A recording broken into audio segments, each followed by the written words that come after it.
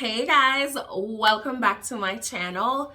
Guys, today we are talking, this is going to be a very quick informational video. And in today's video, we are definitely talking about 5 ways to minimize your stress on the job. So without further ado, let's jump into those 5 ways that I feel you can minimize your stress on the job and get the best out of your day to being the best productive you.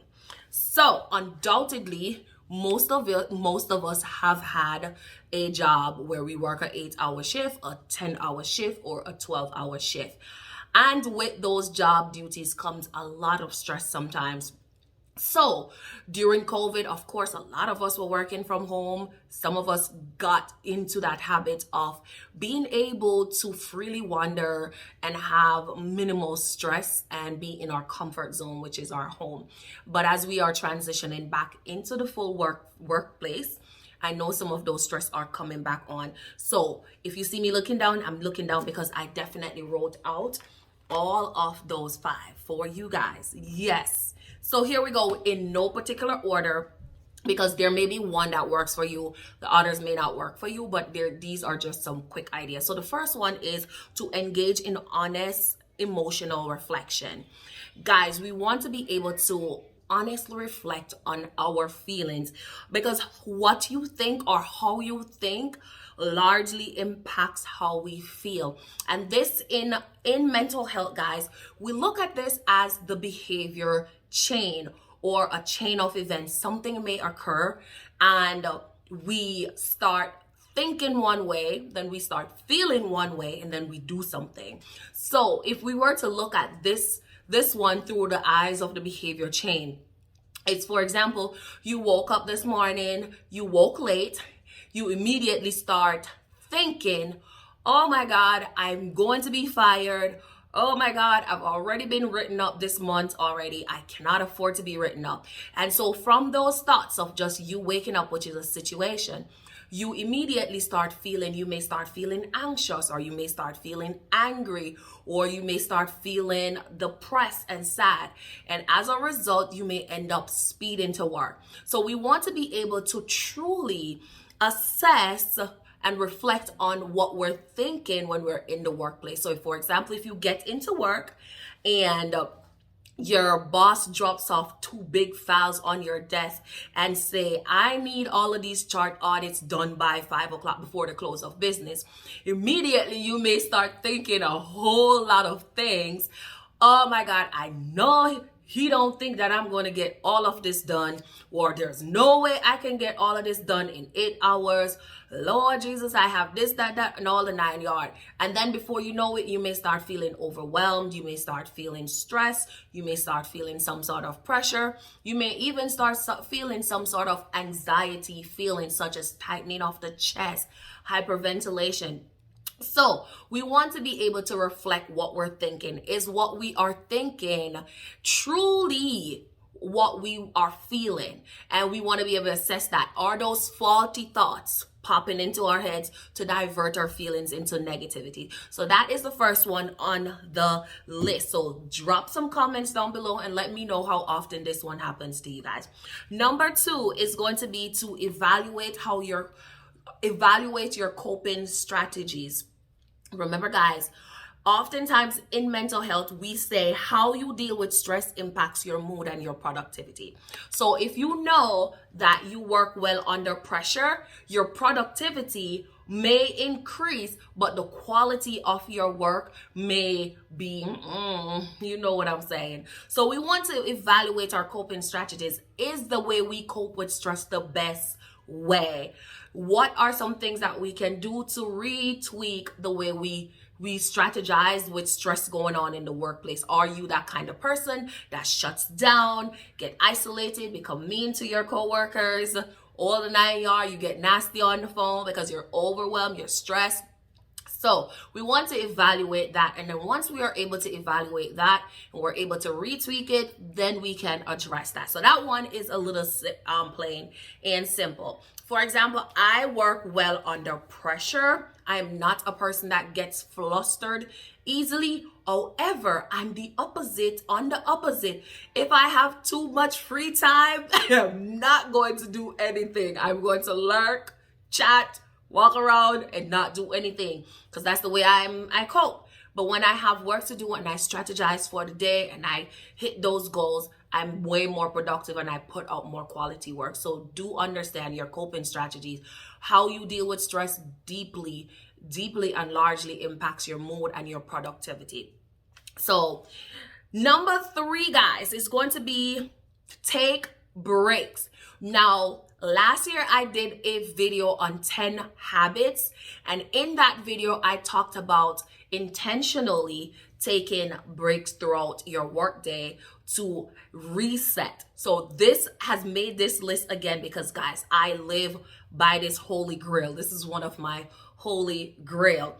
Take 5 minutes, 10 minutes, and 15 minutes break throughout your day. You want to be able to reset as you are going throughout the day. Do not sit at that desk and work for hours on top of hours, because guess what? You may start to become fatigued. Your eyes may start hurting if you work in front of a computer. So you want to take those breaks. Do small portion of your work, complete a task, take a break. Even if it's just to get up from your desk, walk to the restroom, stretch.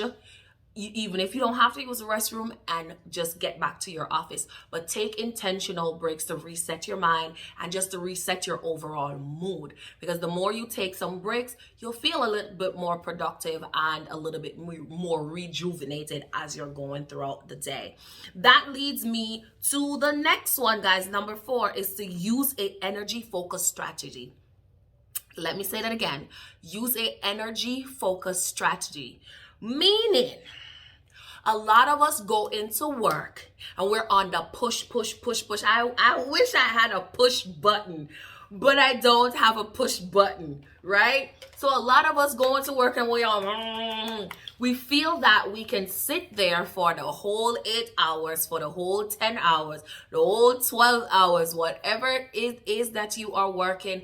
And you think that if you are able to complete all of your work in that given set hours, then you are going to be more productive and you're going to feel better about yourself. No, definitely not. Use a energy focused strategy. Write those stuff that you have out, and that is going to take me to my next one because it flows. But don't think that you are going to be more productive if you sit and you cramp all of your work into an 8-hour. No. So that leads me to number 5. Number 5 is going to be to have a plan. And in having a plan, you're going to, 1, prioritize your work. In that same video that I talked about 10 habits, guys, I also have another video on here that I talk about the Eisenhower method. Guys, that is another holy grail for me. Guys, I am not selling you guys anything because this is all over the internet, and this is where I found out about the Eisenhower. Not on YouTube, but on Google. I was looking for a strategy plan to put into my workflow, how to get me more organized and how to get my stuff done. And I found that on the internet. Did a little bit of digging, did a little bit of reading, and recognized, oh my God, like I absolutely love this. Then on top of that, I found out that my actual planner that I use on a day-to-day basis was categorized into the Eisenhower, not just not the same wording, but the same method. And I fell in love. So categorize your work. And in that, we're going to use the Eisenhower or Eisenhower, however you say his name, the Eisenhower or Eisenhower method. And that is where you're going to have your most important task. Then you're going to have your not so important tasks. You're going to have those ones that you can actually delegate out. And then you're going to have those ones that you can delete, you can get rid of.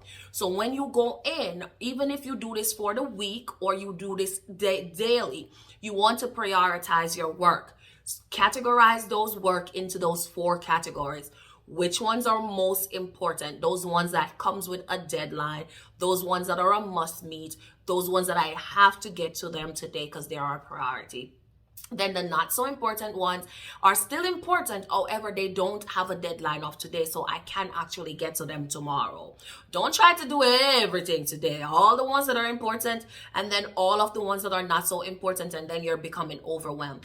Then you want to delegate. If you can delegate some of those tasks off of your desk, that is going to be awesome. Now, I know some of us may not have the luxury of being able to delegate those tasks.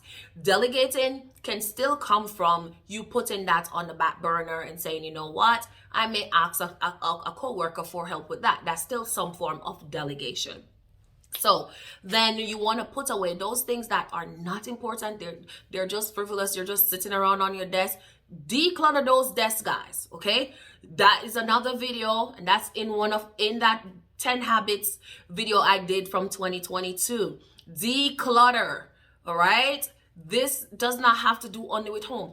Don't leave your desk all jumbled and decluttered and cluttered in the daytime when you're leaving work, because guess what, when you walk into the office fresh and brand new with that cup of coffee in the mornings, then you get there and you see that desk, it reversed the feeling and the effect that you already had. You may have had a positive effect going in, and now all of a sudden your mood is a little messed up when you go in and you see that cluttered desk. So prioritize your work. Delegate if you can, declutter your desk as you can, categorize those work into different categories so it makes your workflow a lot easier. Guys, you will thank me later. Try the Eisenhower method. You will love it. I live by it. And is it Eisenhower or is it Eisenhower? You know who he was, the president of the United States. And guys, he came from a military background. The story behind that method is really amazing. He came from a military background, and when he got into the White House, he had those strategies and he lived by those strategies, and it made him an effective president. So hence they turned it into, you know, somewhat of a business strategy, but there's so much benefits from utilizing it. So guys, so let's recap and let's jump out of here, because as promised, this is a short video. This is where, you know, brushing into 12 minutes. I don't have to do much editing with this video. So let's jump and let's reflect. So the first one we want to do is we want to engage in honest emotional reflection. Right? We want to be able to assess our feelings and our emotions. 2, we want to evaluate our coping strategies. Is this the best coping strategies for us? Next one, we want to be able to take breaks. Take intentional breaks throughout the day to make your life easier. Number 4, we want to use an energy focused strategy. Right? Don't go into work and be on push. I have to complete all of these today or else. No. Have a plan, which is the last one. We want to categorize our stuff. We want to prioritize our work, delegate some out, address the most important, then tackle that down the line. So guys, as always, thank you guys for watching, and I hope this video is important.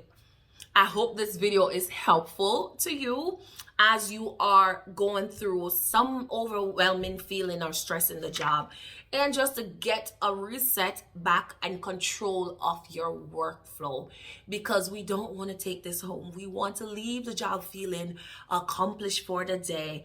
Yes, I have accomplished what I set out for, so make those a priority. And as always, guys, thank you guys for watching. Like, share, comment. Please share the videos and become a part of the family if you have not already. And I will see you guys in the next video. Bye-bye.